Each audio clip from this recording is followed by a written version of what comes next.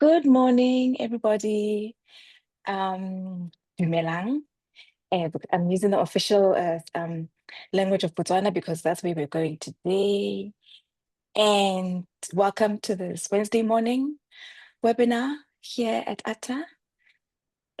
Kim, you're going to show us your banking passwords in a moment. Please be careful.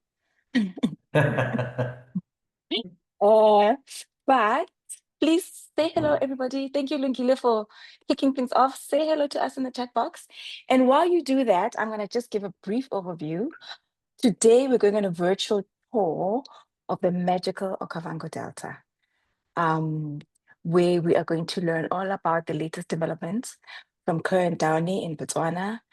And so we're going to learn all about the unique offerings, the landscape, the lush waterways. But I don't want to give you, I don't want to do any spoilers because we've got Kim Nixon, who's going to be talking to us this morning. Kim is the Chief Operations Officer of Chobe Holdings, who are the owners of Ker Downey Botswana. We were just talking earlier and Kim was saying he was in a choir and he's very well accustomed to speaking to all of you today, but today he's going to be taking us through everything that's happening at Ker Downey. Kim, his journey began in the mid-1990s as a luxury over mid-1990s. Kim, that was a long time ago. So, we are rest assured that this is a person who has experience and is through luxury overland from Botswana and Namibia, ecotourism, and we're really excited that you're going to be joining us this morning and telling us all about and gardening. So everybody, please don't be shy. Say hello in the chat box. We will get to them from Australia.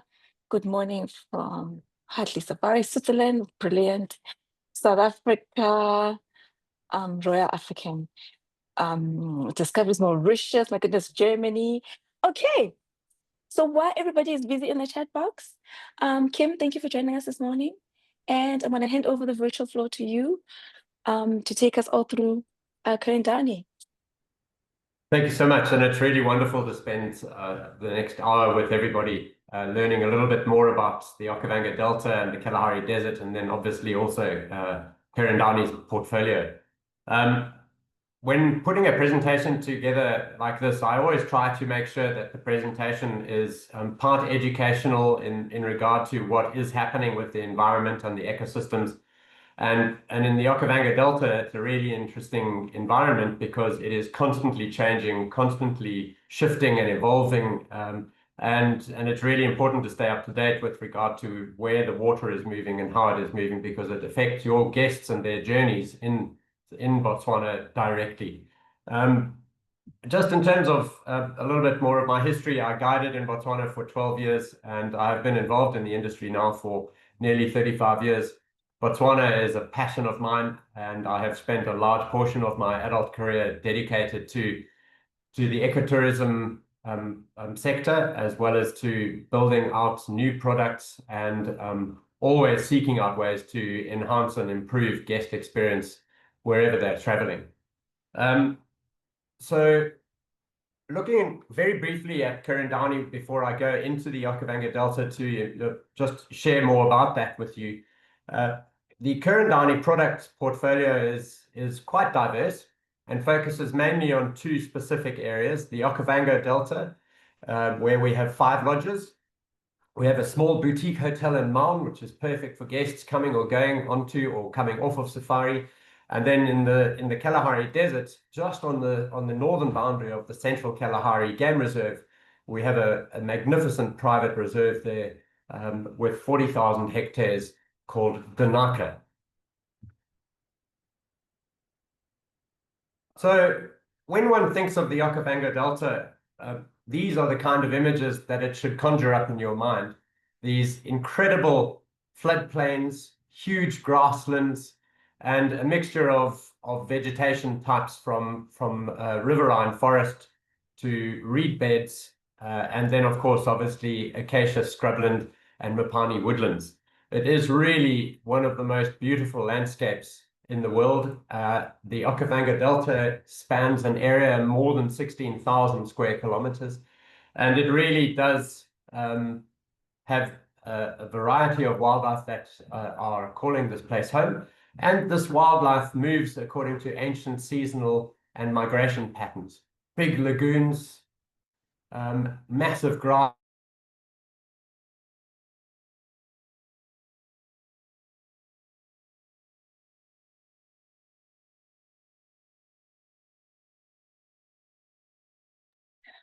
Hi, Kim.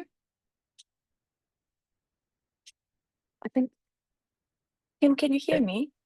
Yes, I can I hear think we, you. I think we might have lost you for about half a minute.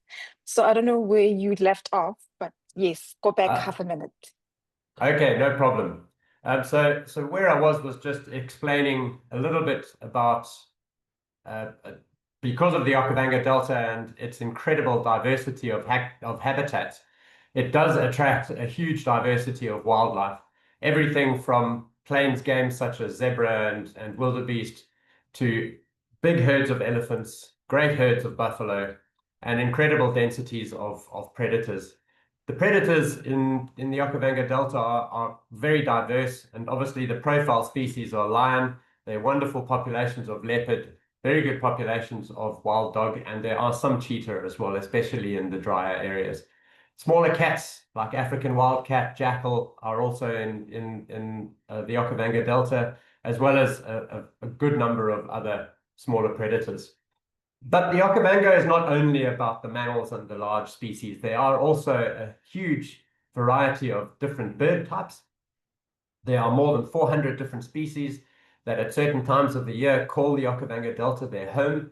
This is something that is known as a heronry, which are breeding sites in water locations that a variety of species conglomerate in and breed at certain times of the year, generally between May and September. And so all of these types of experiences just add to the experience that is the Okavango Delta. So how does the Okavango Delta get all of its water? As you can see, the Okavango Delta is located in the northern portion of Botswana, and for all intents and purpose, the northern part of Botswana is part of the Kalahari, and it's a very dry and a very arid landscape. So all the water that comes into the Okavango Delta, the vast majority of it, in and around 95% of all water that comes into the Okavango Delta, comes out of a place called the B Plateau, which is located around about 1,000 kilometers away from the Okavango Delta in the central highlands of Angola. These areas are called water towers, and they receive a large amount of rainfall, which generally comes between November and the end of March. This water then flows down a variety of different channels to get into the Okavango Delta. The two main rivers of the Okavango Delta are known as the Kubango River. That is the river that flows in the western side of the picture here, out of the B Plateau, and the Quito River, which is the river that flows out on the eastern side of the image here. Now, it's really important, it's a really important point for you to remember to understand the flooding in the Okavango Delta. So the rain falls between November and March. It then percolates out of these catchment areas and the smaller streams into those two large rivers, the Kubango in the west and Quito in the east, and it flows the 1,000 kilometers all the way into the Okavango Delta. So the water in the Okavango Delta only arrives around about 5 months after the rain has actually fallen in the Okavango. From around about April, May of every single year, that water arrives in the Okavango Delta. So when Botswana and the Okavango is in the dry season, the Okavango is actually at its wettest point in time, not by virtue of rain falling off the sky at that time, but by virtue of the fact that it has taken the water such a long time to get there. Now, these two rivers actually have water flows which are traveling at different speeds. The Kubango, which is located in the west, as I've mentioned, features much harder substrate, much steeper terrain, and so the water flows faster. The Quito on the east is the larger of the two rivers, and that water flows over not such steep landscape, as well as through much more marshy type of terrain. And so that water arrives more slowly and is actually released more equally throughout the year. The Quito is the river that sustains the Okavango Delta until the following rainy seasons. But it's really important because we have two different peaks of water income into Botswana. The first peak, which comes from the Okavango in the west, and then the next peak, which comes a month later, or 6 weeks later, being the Quito, which comes from the east. This is what it looks like up in the highland areas. You can see uninterrupted Miombo woodlands. In fact, these woodlands are intact woodlands, and they are so vast that they are larger than all of England. So the Okavango Delta is actually at the end of the Great African Rift Valley. There is a portion that pushes back inland.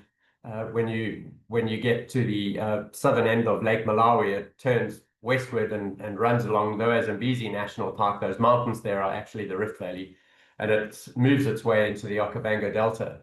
And the Okavango is, as a result of that, very tectonically active. And what that basically means is that there are regular and constant earthquakes. You don't feel them because they are so far underground. Very seldom do we have a slight little ripple on the surface. But because the rocky substrate under the delta is constantly under tectonic movement, the water can also be shifted based upon where the tectonic activity is taking place. And if you take a look at some of these images, which come all the way from the 1880s to the present time, and I'll show you a few more images just now of what has been happening more recently, and then finally talk about what happened this year. What you can see in the late 1880s, pardon me, is that most of the water flow was actually flowing down the western side of the delta. Toward 1930, you can see in this image that most of the water flow was flowing in the central and the eastern northern side of the Okavango Delta. And that is mostly as a result of a combination of factors, but is heavily influenced by the tectonic movements. So looking a little bit more recently, what you can also see is that we don't always get a consistent amount of rainfall in the Okavango. The highlands of Angola also have droughts, and they have periods of high rainfall. And because of that, the delta can flood very heavily in some years, and it can be very small in other years. If you look at 2019, on the bottom left of the image over here, that was our smallest flood on record. And you can see how small the area was that it actually flooded. Whereas if you compare it back to 2015 on the top left of the image over here, you can see how vast the flood area actually was. Just again, highlighting how dynamic the Okavango Delta is.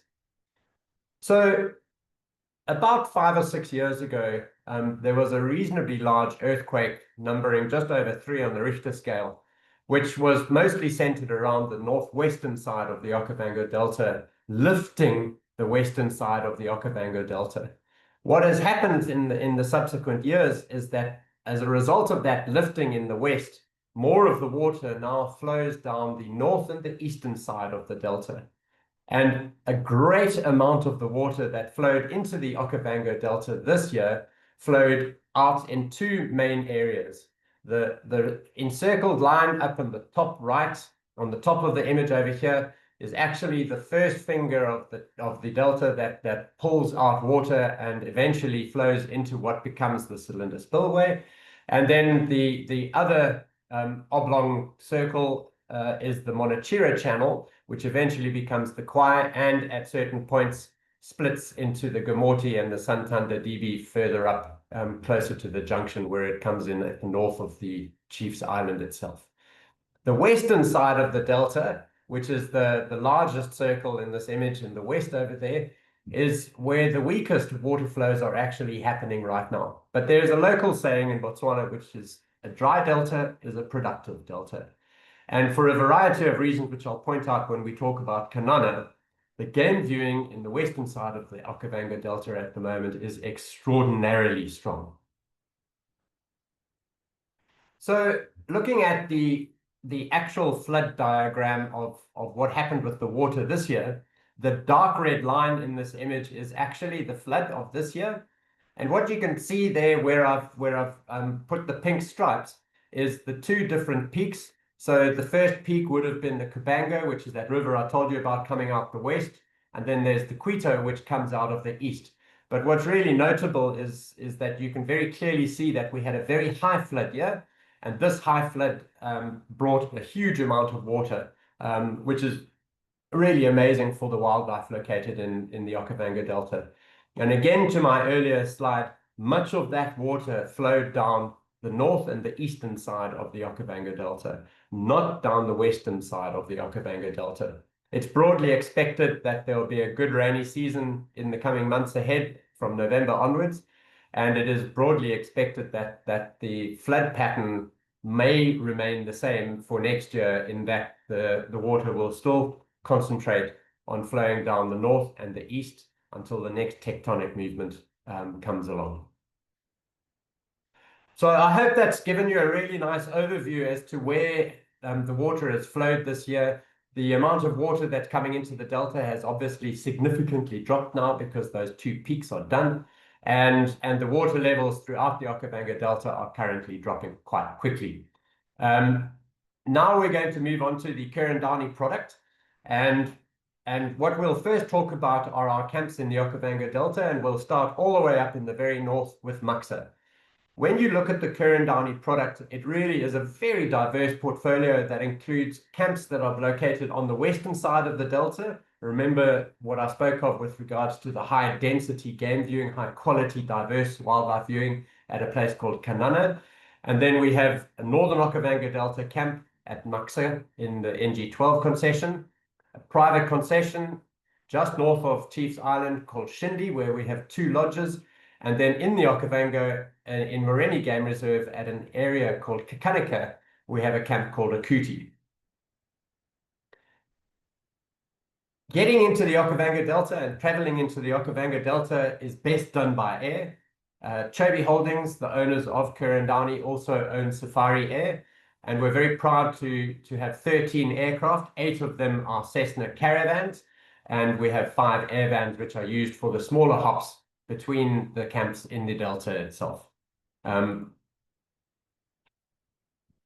Downey is all about rarity of wilderness in exclusive areas, operating in private concessions and conservancies, raw experiences. We don't get involved with how nature wishes to move forward. We don't impact the ecosystems, modify anything. What you see is as it always has been. And then in terms of our lodges, we are very proud of our refined comforts. We've got a great variety of wines. We've got really honest, high quality, home style cuisine. And then we have really comfortable, well-appointed lodges themselves, all very different from each other too. Our people, we're 98% citizen staff complement. When I first started guiding, it was around about 50%. And over the years, that has now shifted to vastly citizen. That is fantastic. We're really proud of it. We're keeping focus upon it. And we're always looking to uplift and train our staff so that we can not only ensure the best delivery for our guests, but also make sure that we can help to use that upliftment to build the local economy. Chobe is hugely invested in schools. We have adopted 7 schools across northern Botswana. We provide a variety of support for these schools, allowing teachers to teach and us to take care of the administration and support in the background. It is incredible what that work has done, and it has yielded significant improvements in the pass and the excellence of the students in all of these schools. And we're looking to expand that further. Now, Chobe is committed to conservation. We monitor, protect, and look after a variety of threatened and endangered species. We support research throughout areas where we operate, and also in areas where we are not operating, in the furtherance of scientific knowledge so that these ecosystems can be conserved. And we're committed deeply to sustainability in a variety of different formats, whether it is solar installations like you can see down here in Denaka, or electric vehicles, or even electric boats. Chobe is committed to expanding our utilization of this technology in furtherance of our desire to reduce our carbon footprint and impact. So all of our lodges are built in these incredible, immaculate sites. They're very small. We generally have camps that number in size from 4 rooms up to a maximum of 9 rooms. Our largest camp is actually Kanana, which has got 9 rooms. But most of our camps do not take more than 16 guests. Shindy Footsteps is our smallest camp with 4 rooms, and it takes a maximum of 6 guests. It's a phenomenal little camp, which is fantastic for families. All of these camps are completely different from one another, and we incorporate interiors and decor that has been locally made, and also celebrates what it is that we find in the local environment as well. So all of our camps are very easily combined together, encouraging longer stays. Again, with regards to our experience for our guests, we're really keen to try and engage as many senses as we possibly can for our guests. And as a result of that, all of our camps are built out of canvas. They've got gauze windows, and some of them feature thatch, but most of them have canvas and are located under these wonderful wooded islands, so that we can ensure as good shade. So smells, sounds, sights, and even the tastes of nature for the food that's coming out of our kitchens. Quickly looking at just the rates, and to just underscore the value for money that Ker Downey offers, we are a 46-year-old company. And when we first started in Botswana, most of the concessions were actually hunting concessions. One of the first concessions to shift into being photographic was Shindy, and it happened in the 1980s already.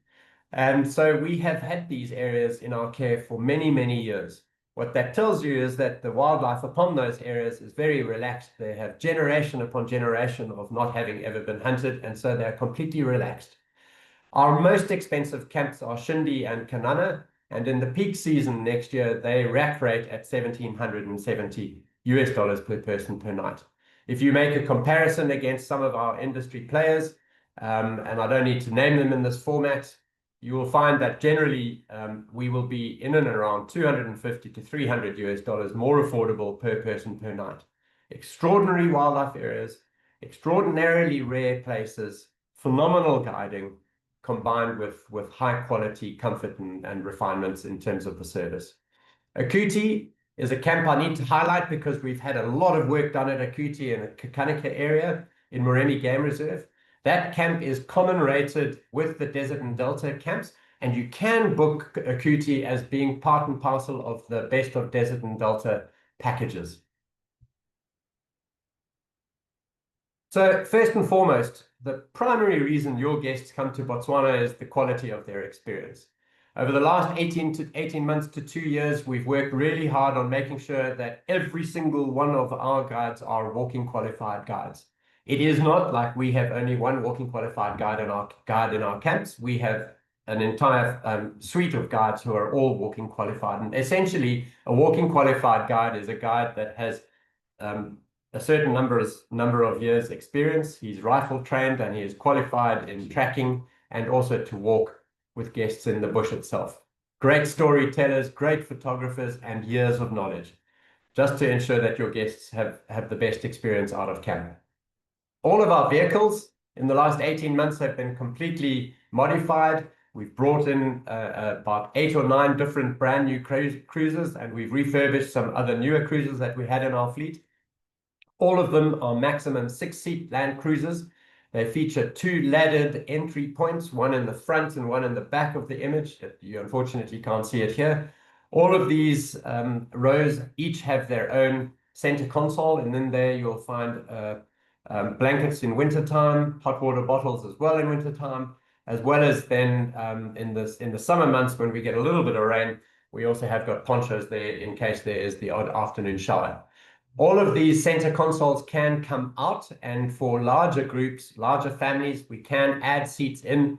And for guests who would like to maximize their photographic opportunity and have got a nice broad brimmed hat, we can very easily take the roofs off.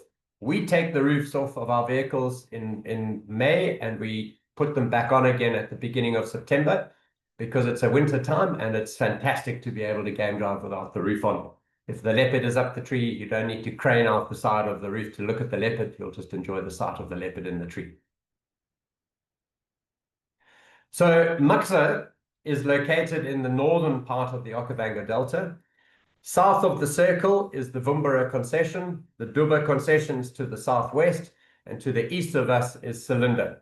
Muksa locates in the central part of the NG12 concession. We share the area with one small camp, who is a great partner of ours, being Karen Goma. That's the small little yellow square to the right of where it is labeled proposed Muksa airstrip. And we have an enormous area upon which we operate. North of Muksa, and very important to point out, you can see a large channel. That channel is the area where the first main waters of the Okavango Delta are diverting off. And this is what becomes the Cylinder spillway, not too far away from where Muksa actually is located. This area and camp is a magnificent mosaic of habitats. Beautiful channels, massive lagoons. Muksa itself is built on a huge lagoon. Great big grasslands which attract huge densities of zebra, elephant, as well as other species like giraffe and buffalo. There's a good density of lion and wild dog in the area. We're very fortunate to have a pack of wild dog den in the area this year. And we do have good numbers of leopard as well. Very good for Makoro, exceptional for walking, and it's a great game driving area for both day and night. Our camp is really small, really personalized. It's only got 5 tents, maximum 12 guests, and one of those 5 rooms is a family room. It's really interesting. The Muksa area actually has a mini migration, if I can call it that, of zebra, which usually move in the northern Okavango Delta all the way up to the boundary of Namibia, and then they come back down again in April, May of each year, and then they remain in our area until December, and then they shift on back north where the seasonal grasslands come from the north, from the rains. Outside the front of Muksa, especially at this time of year when the water has receded from the inundation, we have a really good population of hippo. When I went out there in October, November of last year, when the camp was still being built, we must have had 50 to 60 hippo in the lagoon in front of camp.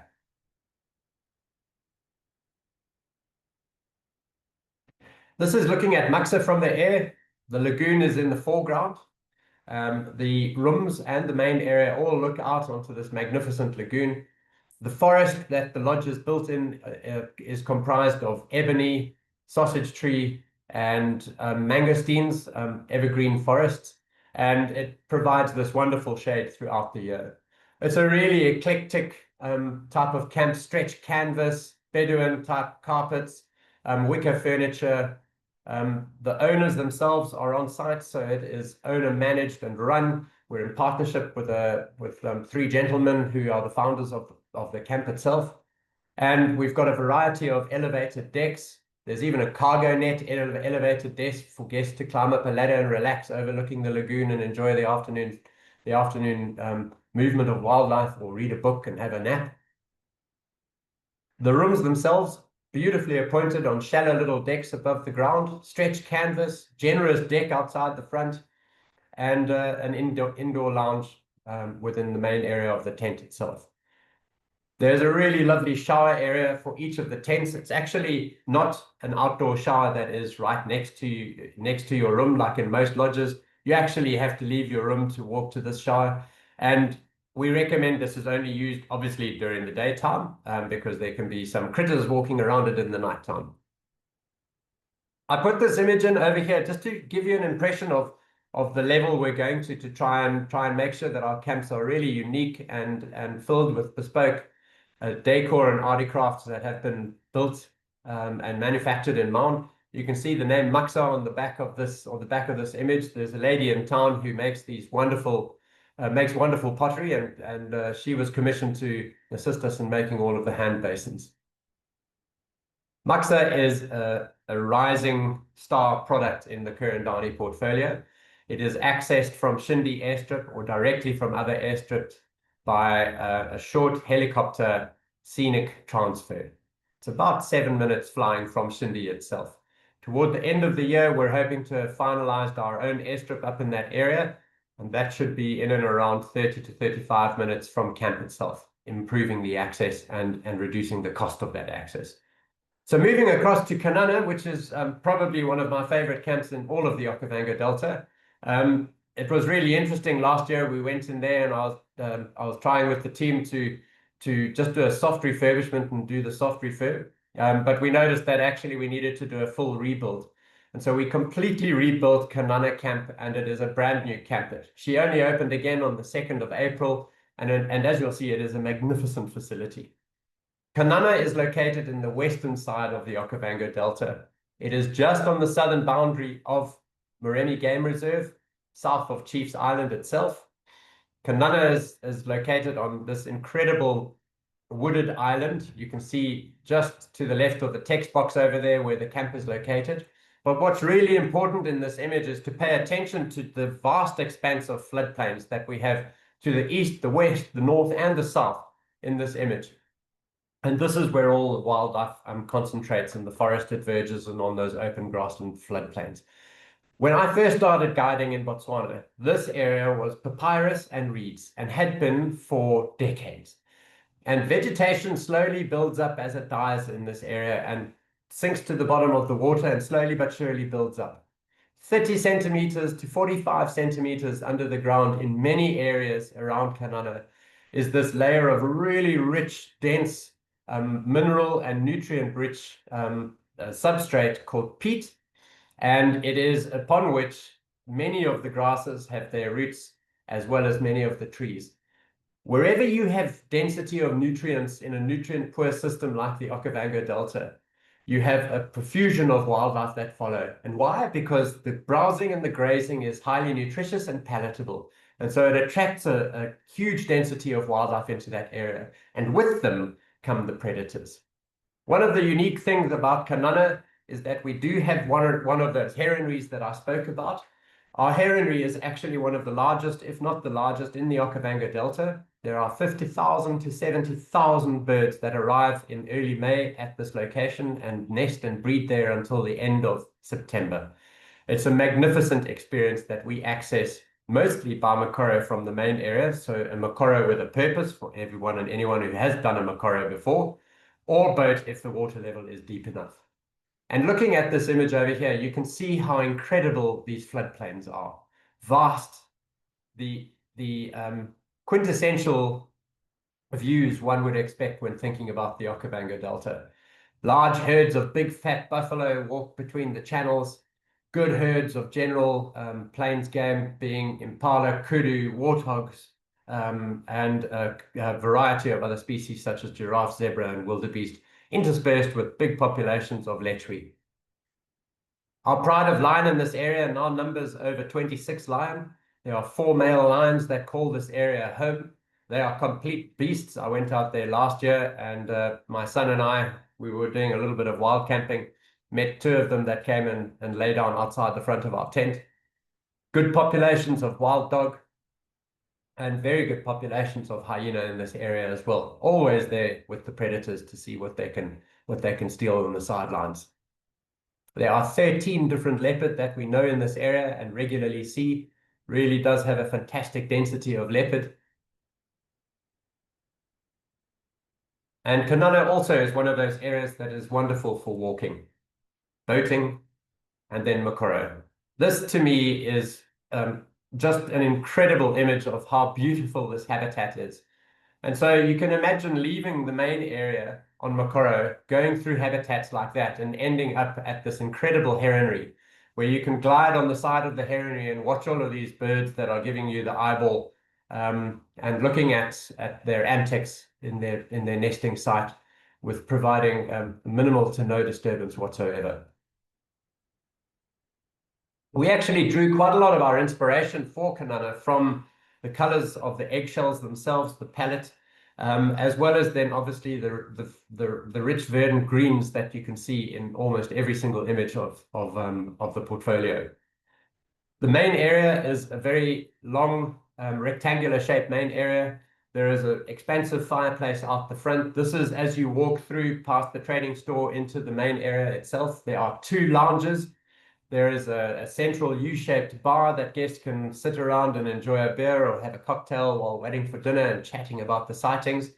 There's a family-style dining room table at the end of the dining room, but if guests choose to dine privately, out the front of the actual dining room in the far side of the area of the image here with the umbrellas, guests can also choose to have a la carte dining if they so choose.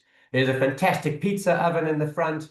There's a really engaging chef who's always telling a story and sharing a joke with guests. Guests come around the back and make their own pizzas. And it really does allow for us to build a really good, close friendship with our guests. The rooms themselves are all landscaped. They're all built along the edge of the forested edge, facing out onto that huge expansive plain that I explained and showed you earlier on. Really comfortable bedrooms with an indoor lounge. There are mini bars, coffee stations in all of our rooms, as well as then a really expansive bathroom with both his and hers vanities.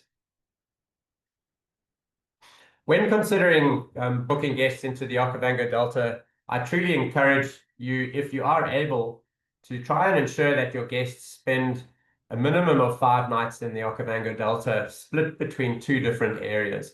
And the reason I say that is back to my point earlier on with regards to the dynamics of how the water flows in the Okavango Delta, as well as just to make sure that you are giving them the best of both the water experience as well as the land experience. Kanana is to be sold and thought about mostly as a land game viewing camp. We do have Makoro, but our deep water for boating cannot be guaranteed. And if we are able to boat, it's generally for a short period of time at the moment, June to the end of July, and possibly a little bit into August. So moving on now to Shindi. Shindi is located in the northern part of, just outside the northern boundary of Moremi Game Reserve. This is the concession over here. You can see we've come from the southern boundary of Moremi to the northern boundary of Moremi. And here is that boundary. This is the southern boundary with Moremi Game Reserve. And the concession itself is in the ideal location. In the south of the concession, we have the main Monachira Channel. That's a deep water channel feeding huge lagoons and seasonally flooded floodplains. And in the north of the concession and in the east of the concession, you can see large islands, which make for fantastic game viewing. We've got a network of bridges. After this year's large flood, we're putting in a few more bridges to ensure that we can maintain our access to these game viewing areas. In so doing, ensuring the consistency and the high quality of the game. But if you did have one hit and you only had one camp to go to for 3 nights at a time in the Okavango Delta of Ker Downey's portfolio, my recommendation would be that you consider Shindi or Akuti. And the reason I suggest that is because both of these camps have perennial water experiences. Both of them offer deep water boating as well as Makoro, and they both offer really rich game viewing experiences as well. In this concession, we have 2 camps. We have Shindi, which is located in the south. Shindi is located in this beautiful forested knoll, and it's a combination of ebony trees as well as a lot of mangosteen trees. It's deeply shaded. All of the rooms are under these wonderful shaded trees, and they all command a wonderful view, either out onto the grassland to the left of this image, or on the marshland, which is on the right-hand side of the image. The main area itself looks out onto this wonderful lagoon, which is fed from the main Monachira Channel. Our boats are stationed at the camp. We bumble out on these boats on the afternoons, and for guests in the early morning, especially if you're like my son and you want to go do catch and release fishing, then you can go out in the mornings as well with pleasure. It's a great place to do tiger fishing, catch and release, bream fishing. Bream better in these lagoon areas, and then we can go out onto the Monachira Channel, which is the faster flowing channel, which is where you find the tiger. There is a wonderful mix of wildlife in this area, both aquatic adapted antelope as well as then terrestrial adapted antelope. Good densities. North of the concession leads into acacia woodlands, candlepod acacia scrubland, as well as then leadwood forests as well, in addition to sausage trees and good marillas up in that area. So very, very diverse concession, very compact, and this is why we have such an extraordinary diversity of wildlife. So what's really important to note in this area, actually while I'm on this image, I was with my son there a few weeks ago, and we managed to locate the wild dog den that was in the concession. this year. We sat with the den at the den for about 45 minutes waiting for the wild dogs to potentially come out. There were pups inside and nothing came out. So eventually we left. And as we were driving, our 24 wild dog came trotting towards us, and we turned around and followed them back to the den. They called the pups out. They did all their regurgitation. It was a magical sighting. And this is what's happening in these areas that have been looked after for so long. You get these magical moments in near exclusivity. So looking at the camp, the lodge is built over that lagoon, commands this incredible view. Wherever you can get elevation in the Okavango Delta, it just makes your view more pleasant. So Shindi reminds me of a treehouse type of effect, the main area, built up high into the forested canopy, looking out over that lagoon. In the center of the image over here is the dining room. Underneath the dining room where the fireplace is our bar. It's a help yourself bar, although there is a barman there to obviously assist as well. And then on the left and right of the image over here, there are two wonderful lounges for guests to relax in. And if you remember the interiors of Kanana, the greens and the lighter green, along with the eggshell palette, you can see here that we bring a lot more of the blues, the rich teak colors, and the interiors are very different yet complementary with each other. The rooms themselves are also elevated nice and high, around about 8 feet above the ground, overlooking the floodplain or the marshland that I explained. And they all have this fantastic view, along with a really comfortable bathroom with both an indoor and outdoor shower. Really lovely camp. And once again, it's really important to note that in this part of the Okavango Delta, the water was much higher this year. So we did more in the way of boating and makoro, as well. We traversed around the floodplain areas, the higher island areas, which was where a lot of the wildlife actually concentrated by the rising waters. So looking a little bit at Shindi Footsteps now, this is our camp right up in the north of the concession. I love this product. I come from a mobile safari background, so any opportunity to sink my feet into the sand or be a little bit closer to nature, I absolutely love it. This is a tiny little camp. It only has six beds. It has 8 beds that are built, so we can have single supplements there. But what you'll find in this area is that if you have a family of 6 or even a family of 8, we can take 2 beds from Shindi so that you can have 8 beds here.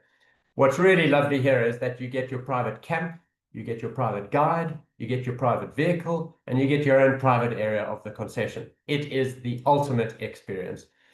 Really wonderful main area, a dining room to the left. There's a lounge and bar to the right, and in the center over there is the fireplace, which looks out, it looks across onto the lagoon and is flanked on either sides by the dining room as well as the lounge. For those of you who do know Shindi Footsteps, we have recently put in a swimming pool, so it now does have a swimming pool, which is a nice upgrade. And we have upgraded all of our vehicles as well. There are 2 GAM viewers in that area, so if you do have photographers, it's also a great experience. And we have a specialized photographic room for guests if they want to work on their photographs in the middle of the day. The rooms themselves, really well appointed as well, overlooking the lagoon. Wonderful little deck outside the front of your room to relax in the afternoons. Your main bedroom seamlessly flows onto the bathroom with both an indoor and an outdoor shower.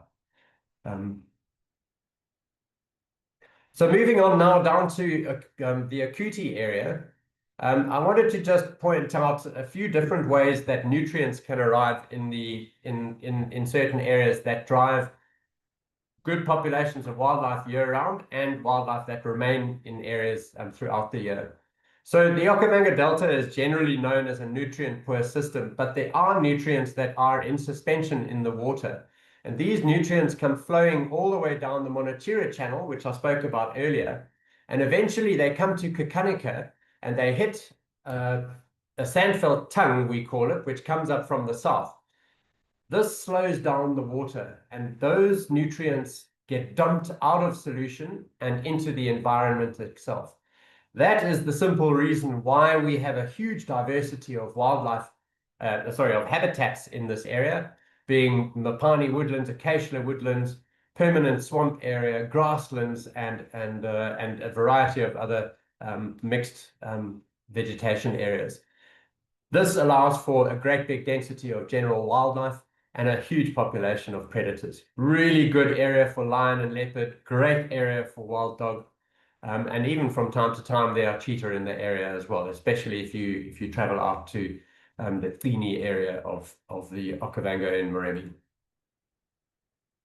Moremi, the Camp Akuti itself was recently refurbished last year. It had a massive overhaul to the substructure as well as the decking and overhead structure. We went and did an entire revamp of all of the interiors.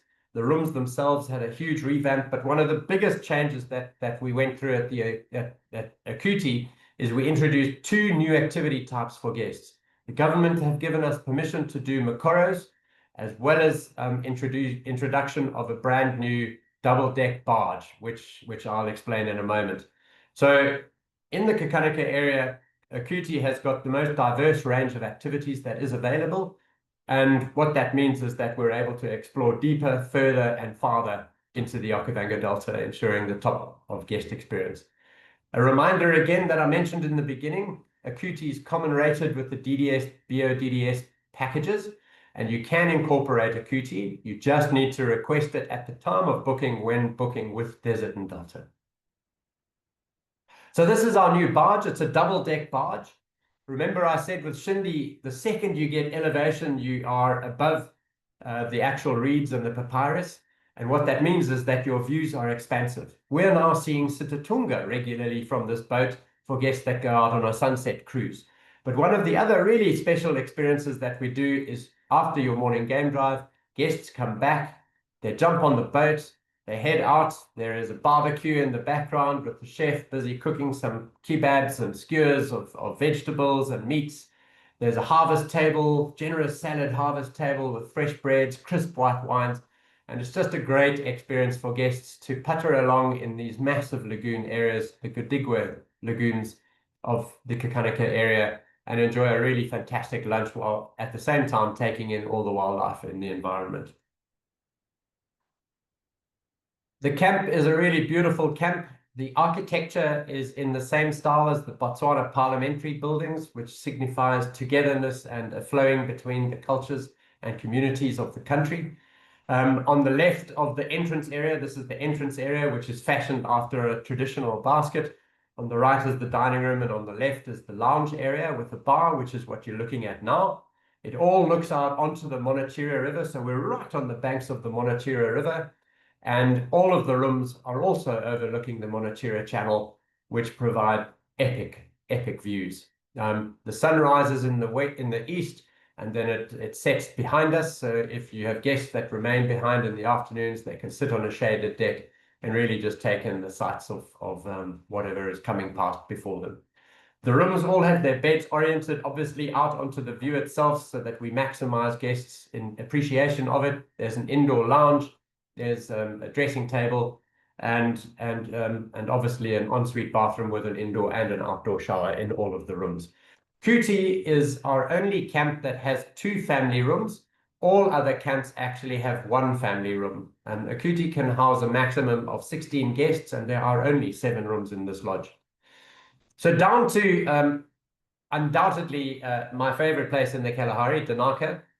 In fact, on my will, it states that this is where my ashes will be heading. Danaka is located directly south of Maun itself. And I think that it's really important to point out, first and foremost, that Danaka is a private game reserve. We have this reserve in our name for the next 100 years. It's a long-term lease. It is fully fenced. It is a 14-strand game fence. It is electrified. And as a result, it needs to be thought about differently than the concessions in the north. Essentially, I would recommend that you think of Danaka like Mongava Private Reserve in Namibia. It's an enclosed game reserve. There are 12 different pumped water holes on the reserve. We are a high-density desert game viewing product. Wildlife come and go to these water points. They're brackish water, so they're craving the salt and the water, actually, all year round, all day round. And we have a variety of bunkers that are located throughout the actual reserve itself. which allow for guests, especially those who are photographically inclined, to go and just wait for the wildlife to come to them. Besides that, a really important point is to point out that Danaka is a mere 100 kilometers south of Maun itself. It's a 35-minute flight to get down to that area.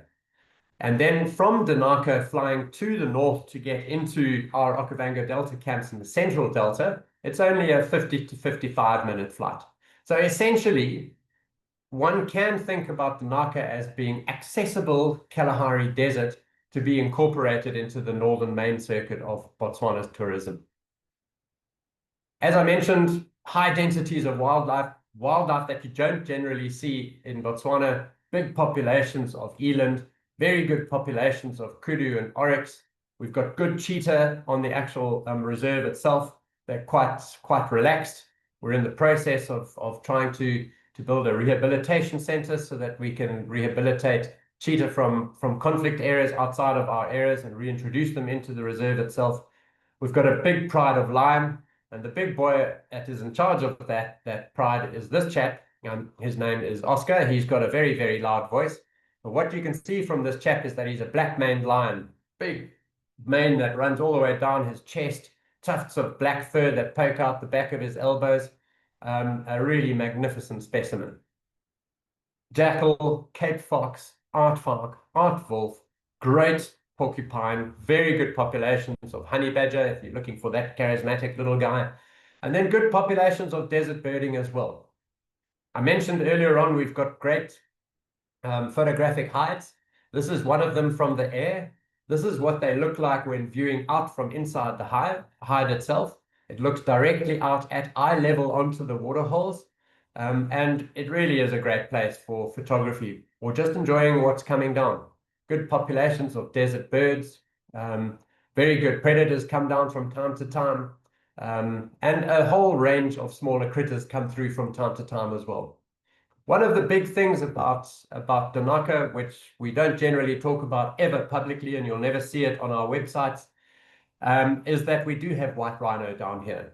We're in the process of bringing another good number of white rhino in, and Danaka is the highest density of white rhino in northern Botswana today. We are able to really enjoy these white rhino in two different ways.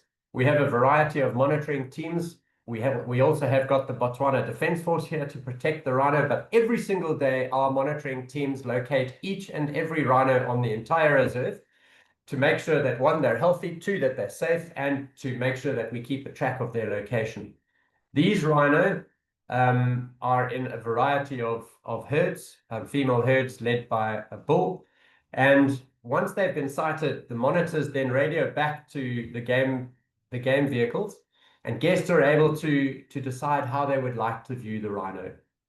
They can come in from a safe distance and quietly view the rhino by vehicle, or if they wish, they can park a distance away from the rhino, and then we will track in with the rhino monitors to view the rhino by foot without disturbing them, and then quietly withdraw and go back to the vehicle and continue with your game drive. It's a magical experience. I love it. And it really does add one more charismatic member of the mammal family to guests who are interested in seeing rhino. And Danaka should not be omitted from the northern circuit. And a reminder again, it is very accessible, being 35 minutes south of the actual main entry point of Botswana, being Maun. There is also a very wonderful Bushman family that reside on the property itself. They do take us out on these incredible cultural walks where they talk to us about the folklore of their tribe. They're the Zhuangzi Bushmen, and they also are incredible trackers as well as incredible marksmen, and have a really in-depth knowledge of the vegetation and general environment of the Kalahari Desert. Last year I was down here, and this guy that's in the image over here tracked a pangolin down for me while he was trotting through the bush. I can barely keep up with an elephant walking through the bush, and I certainly couldn't do it while trotting. He was trotting and managed to track down a pangolin after a good 15 minutes to 20 minutes trotting through the bush. Quite an extraordinary experience. The lodge itself you'll see that we are not going with the rich greens that you saw in Kanana and the blues of Shindi in celebration of the water. Here we have the light tan and darker browns that come through in terms of our decor. All of the rooms are thatched to keep them cool. They all overlook this incredible waterhole, and many guests just choose to relax in their rooms themselves, sit out on the deck and watch the comings and goings from this waterhole. It's super productive, very good for brown hyena and honey badger, especially at sunset. Really comfortable rooms oriented out onto the actual waterhole view, with an ensuite bathroom at the back. And in Kanana and also in the Naka, we have got two fantastic sleep outs. I love these sleep outs, and for any guests who would like to do something like this, it's a fantastic way to really get close to nature. We don't just go out here and sleep out. We're now getting to the point where we're introducing a menu, and guests will have they'll dine at the actual sleep out itself, and then they'll sit around a campfire, have a couple of glasses of sherry or a drink, and then retire to their bed. Our guide is stationed in a tent around about 200 meters away, and the guests and the guide have a radio so they can communicate at night. Looking across at Gray's Eden, that is our small boutique hotel that is located in Maun. We brought the property into our portfolio in August of last year. It is a beautiful facility overlooking the banks of the Tamalakan River itself. It can only accommodate a maximum of 24 guests. It is the perfect location for guests either coming onto a safari or heading out back to their home from a safari. And interestingly, from North America, I've seen that at the beginning of safari, it works for guests who wish to relax before they go out, or for guests who wish to go to Elephant Havens. It's the closest property and most comfortable property to that facility.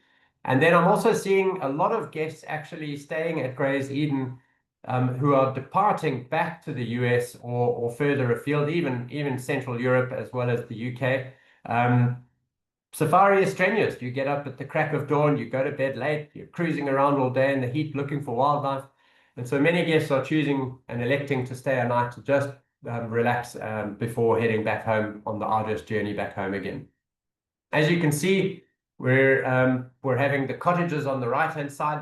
There are 7 cottages, and then there are 5 villas, which are located on the left-hand side. All of the villas are larger. They have a large veranda, and they all have this fantastic view out onto the actual Tamalakan itself. On the bottom left of the image over here, this is actually a cliff wine cellar, we call it. And so for guests of 6 and 8s, it's a great place for you to go and have a private dinner. The rooms themselves are very beautiful. They're all air-conditioned, coffee stations, indoor-outdoor lounge, desk space for doing some work if you want to, and then a very well-appointed bathroom with a bath indoor, as well as in this lovely shower. The menu in the restaurant is an a la carte menu. It's been very meticulously planned. Guests enjoy it from the veranda. They can also choose to have a table set up for them outside on the grass. We do picnics under shady trees. We do wine canapes as well in the evenings, and snacks around the boma, which I'll show you shortly. We've got 2 different lounge areas, as well as then a central bar. It is a lovely facility, allows for guests to relax prior to a safari after the arduous journey to get here, or to relax before the arduous journey back home again. Really beautiful central pool for guests to unwind and take a dip. And then this is the actual boma where we serve canapes and drinks prior to dinner every single night for guests who wish to come and join us. And that, in a nutshell, is Ker Downey. Thank you very much for your attendance, and I will be only too happy to answer any questions anyone might have. I hope that you've enjoyed it as much as I've enjoyed talking to you. Thank you so much. My goodness, Kim, I don't know about everybody else, but I got lost in all of that. I enjoyed every single image. I loved that you got a pangolin when you were trotting. That's incredible. Some people go on mini game drives and they never see one in real life. So that a bushman who lives on the property, but also what I enjoyed was it's a somebody from the stand tribe, but in modern days. I love that. I love that. So it's not about me, but thank you so much for the presentation. There were some questions, and Yes. for people who are sticking around, let's get through them.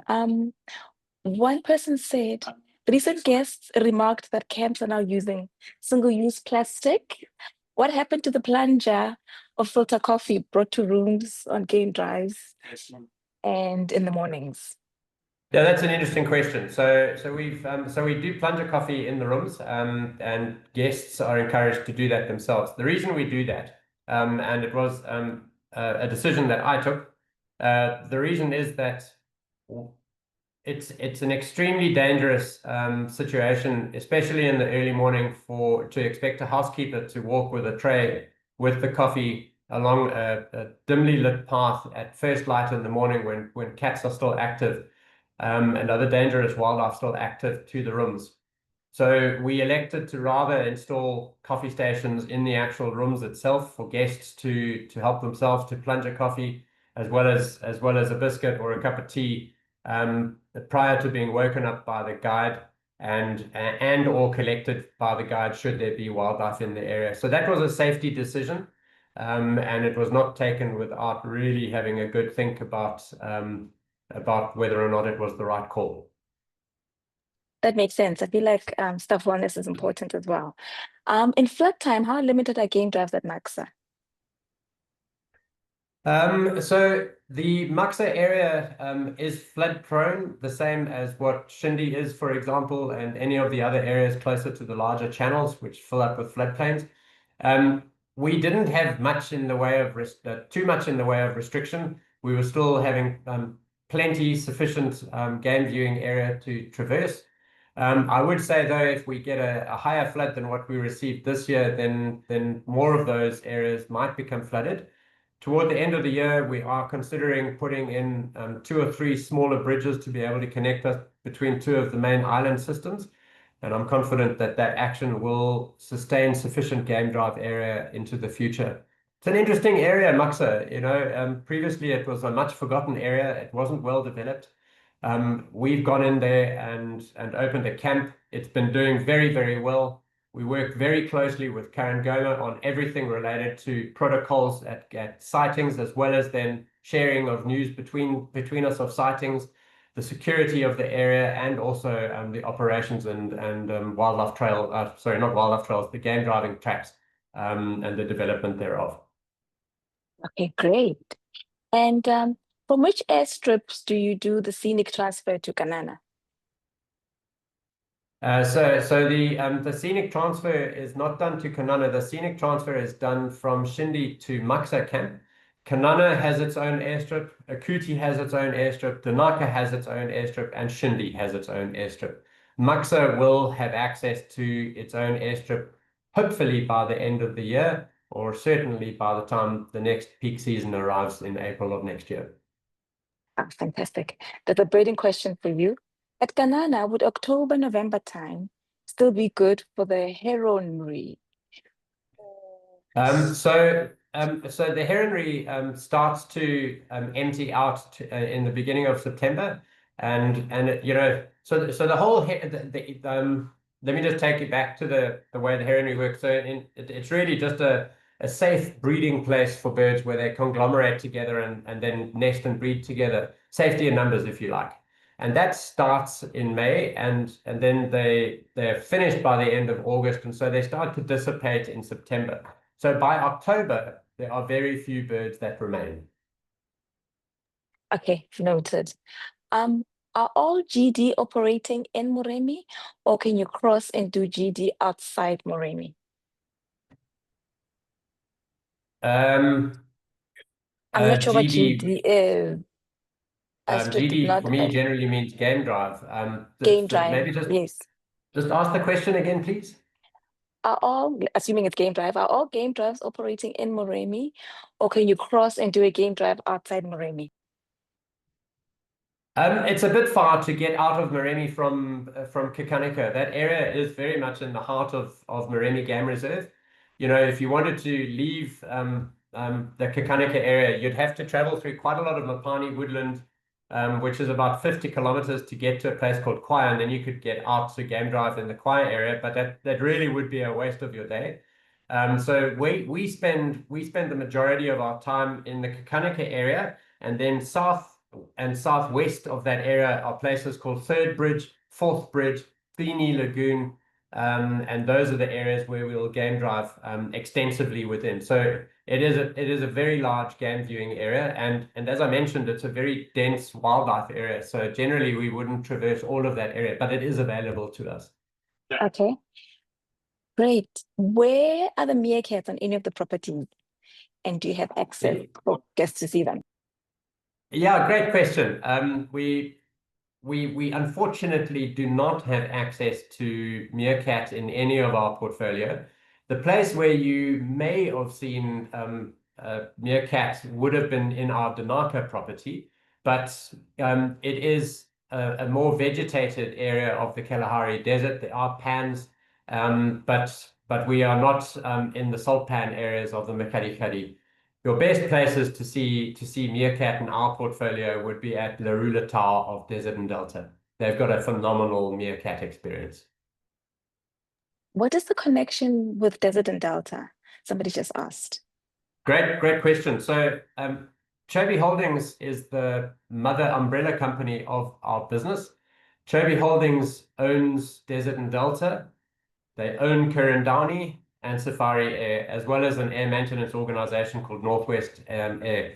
So our two lodge-facing brands or market-facing lodge brands are Ker Downey, which operate primarily in private concessions and at the very top end of the niche. And then there are Desert and Delta, who have got a broader portfolio of properties. They've got 7 lodges, and more of their properties are in national parks. Okay. In Gray's Eden, in the cottages, is there air conditioner? Yes. Okay. There's air conditioning in all rooms of Gray's Eden.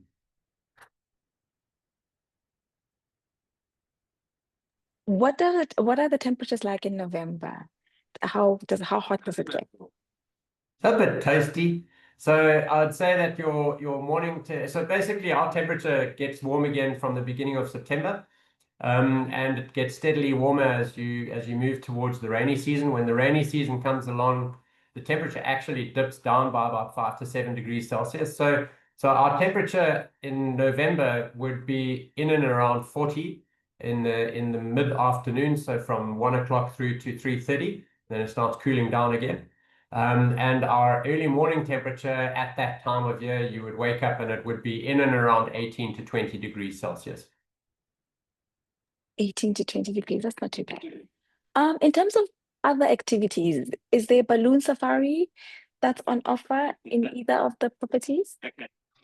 So unfortunately, the ballooning company closed down some years ago, and there are no ballooning companies in the Okavango that are operating anymore. So that activity is unfortunately not available. However, in terms of additional cost excursions, pardon me, for guests, the best option is to incorporate in an itinerary helicopter scenic flight. They do that in a helicopter which is called a Robbie 44. It's done by a partner very close with us called Helicopter Horizons. These helicopter scenic flights must be booked with us because we are insistent on maintaining the calm and peace above our skies, and we have specific areas where Helicopter Horizons are permitted to do their scenic flights. Guests can choose to do the scenic flight with the doors on or the doors off. And in my view, there are 3 key locations of ours that are fantastic for scenic flights: Kanana, Shindi, Maksa. Ah, great. Speaking of Maksa, why is boating not offered there? For a few reasons. There are deep water channels over there, but there are shallow sections within those channels. And we're currently uncertain as to whether or not we'd be able to get the boats over it. We did operate this year without the boats and just used Makoro. We are looking at bringing in a boat which is called a Go Devil, and the Go Devil will help to make sure that the channels are deep enough so that it allows for us to have a standard depth boat motor on the boat. We do have a budget for next year to incorporate the boat. But the reason why we didn't incorporate the boat for this year was because we wanted to first learn precisely where the hippo pods were, so that we could make sure that we avoided any disturbance to them. They're quite sensitive to boats and sometimes move away, and we didn't want to do that. Okay, that makes sense. What is the minimum age for children at your different camps? And do you have different educational programs for the children if they're allowed at camps, etc.? Yeah, we have children from the age of 6 are welcome in our camps. There is a discount that is provided on the nightly rate for children as guests. Every guest, we do have specialist guides, a couple of really three incredible specialist guides who are very good family guides.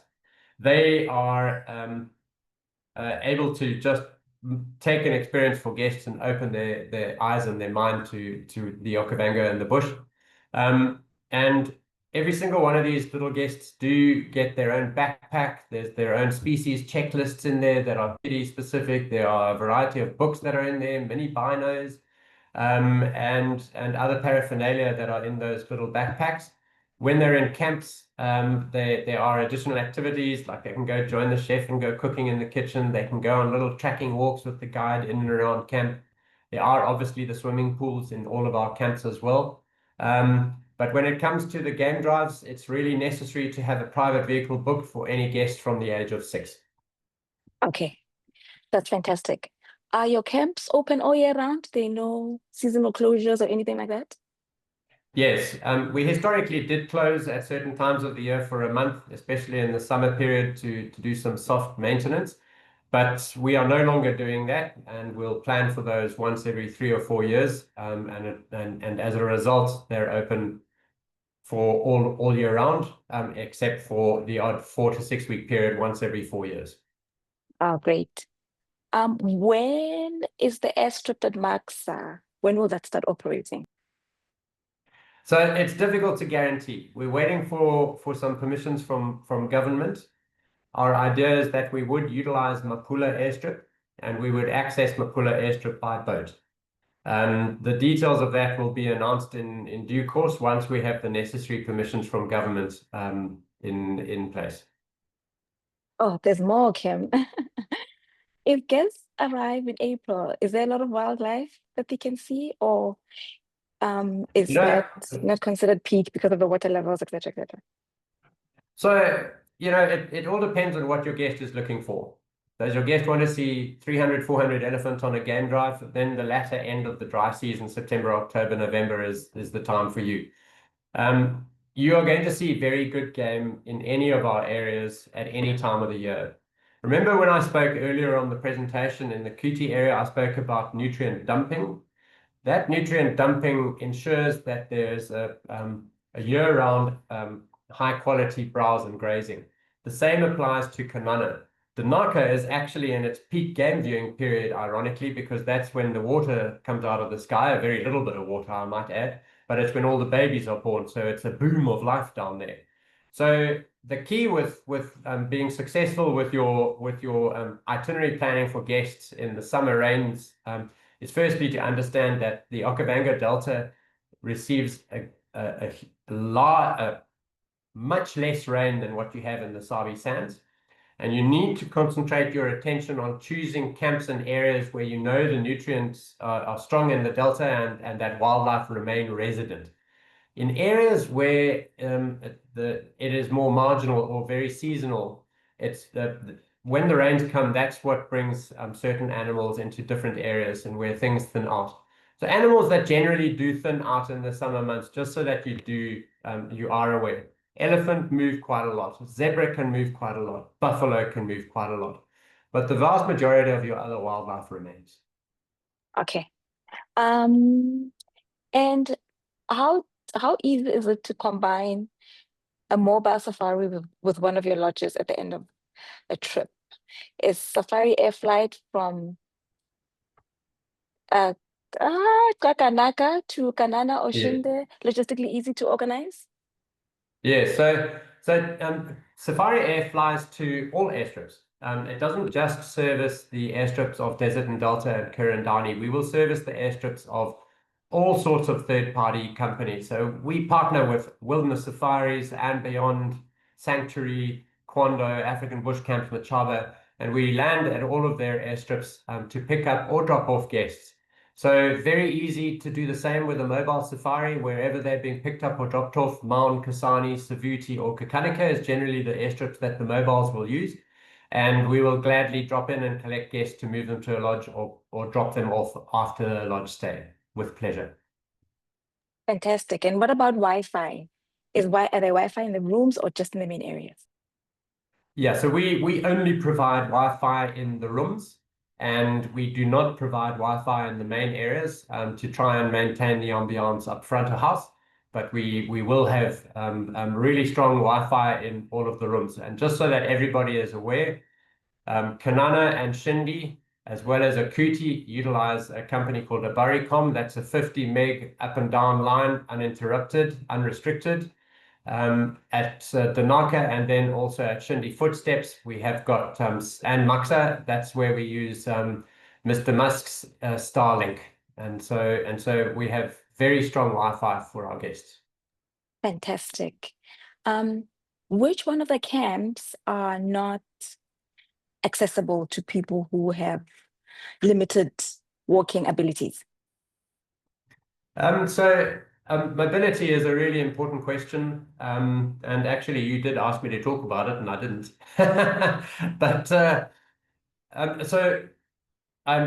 We welcome guests of any nature, and including guests with disabilities. When there are guests with disabilities, we highly recommend that you work with a partner of ours called Endeavour Safaris, Mike and Sylvia Hill. They have got a fantastic setup to support mobility restrictions that certain guests may have, and even have vehicles that are especially equipped to assist with quadriplegic guests and any other type of disability that there may be. What we do generally when these guests book in our camps is we make sure to ensure that the room closest to the main area is assigned to that guest to minimize any discomfort and to ease the movement of guests back and forth to their rooms. I hope that's helpful. Generally, in my experience, what I found is that it's best to work with us on each and every inquiry, because there are so many different types of disabilities. It's best to create something that is tailor-made and bespoke, specific to that guest, that suits their travel styles as well as the disability. I hope that helps. Yeah, that makes sense. How are sightings in Tlakanaka managed? Is there a way to counteract the busy sightings, or is it just part of being in the Moremi region? Fortunately, the Kakanaka area, in comparison to other areas in Moremi and in northern Botswana and Chobe, it doesn't suffer as much from having overcrowding at certain sightings. So between our company, Desert and Delta and Ker Downey, we try as best possible to manage the sightings, generally to 3 or at worst 4 vehicles at a sighting, and we try to cycle it that way. Unfortunately, the Department of Wildlife are quite poorly resourced, and so they're not really able to assist with regards to policing of sightings or minimizing the number of or managing the number of vehicles at a sighting itself. And unfortunately, we are unable to control what happens with the self-drive guests. I must say that the mobile safari operators are very cautious and careful with regards to sightings management, and they also have a very high regard for high quality guest experiences.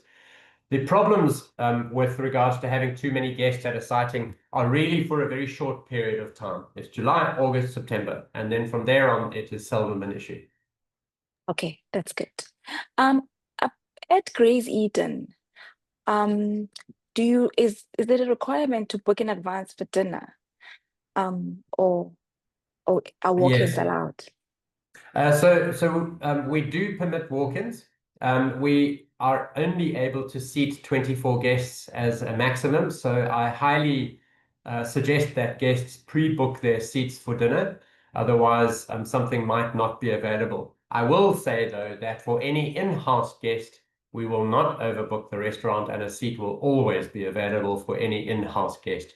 But for any guest staying elsewhere in Maun, if they wish to come for dinner, that should be booked in advance, please. You spoke earlier about scenic helicopter tours. And there's Yes. somebody saying, I have a family of 10 visiting in mid-February from Denmark. There'll be a Kanana and Shinde. 3 children. Will they be allowed to do the helicopter excursion? Yeah, I've just taken I went out to Shindy with my son and 2 of his best pals. And my son is 8. The other 2 boys were 10 and 12 respectively. And they were able to go out with the helicopter pilot. They were not allowed to fly with the doors off on the helicopter. So the helicopter doors must stay on. But yes, it's possible. Um, the last one, there's a few others, but I feel like you've addressed them. But the last question for today is, what is the length of the game drive? And is it the same for each camp or is it different? That's a good question. Our general schedule for any given day is that at this time of year we will wake guests up at 5 o'clock in the morning. Guests can then come down to the main area at 5:30, 5:40 and have a muffin, slice of toast, hot breakfast if they like, cup of coffee or 2, or if you're me, 3, and then jump on a game drive just after 6. And we will try to be back in camp at around about 10:30 to 11 in the morning. I must emphasize, though, that we really believe that the reason your guests come to Botswana is for that experience out of camp. And so if our guests are having a fantastic time, and let's say they have a private vehicle that's most convenient when they do have a private vehicle and they want to stay out, we can always call back and some snacks can be brought back out to guests while they're on the game drive. Or if they want to plan for a longer time out in the bush and have a picnic and rather come back to the camp in the evening again, they can go out in the morning and then come back in the evening. But basically, our morning schedule is wake up 5 o'clock, back in camp 10:30, quarter to 11, lunch, brunch, siesta until 3:30, tea, go out at 4, come back 7:30 in the evening, 8 o'clock for evening. On that note, I think that was a good point to finish off. Guests come to Botswana for this particular experience to see the wildlife. And so we'll try and at the utmost to make sure they get the best out of the wildlife experience. And yes, I think that brings us to the end of this. To everybody that stayed until the very end, kudos to all of you and all of us. I could listen and I could listen about Ker Downey the whole day long. And if I could, I'd pack my bags and make my way there right now. But for now, thank you so much, Kim. Any last parting words on your end? I just want to say thank you very much for everybody for their time today. I hope that this has been a very insightful presentation for you, that you've learned something about the Okavango as well as Ker Downey. We're committed to guest excellence and ensuring that your guests go home having had experiences of a lifetime. And the more information you can feed us with regards to their desires and information about them prior to them coming to us just helps us on the ground. We look forward to hosting your guests, and I'm always available. Please do not hesitate to reach out if there's anything that I can answer for you. Thank you so much. Brilliant. Thank you, everybody. This recording will be shared with everybody who couldn't join, and as well as a presentation that Kim shared with us. So yes, happy Wednesday, everybody, and thank you for joining us. Bye.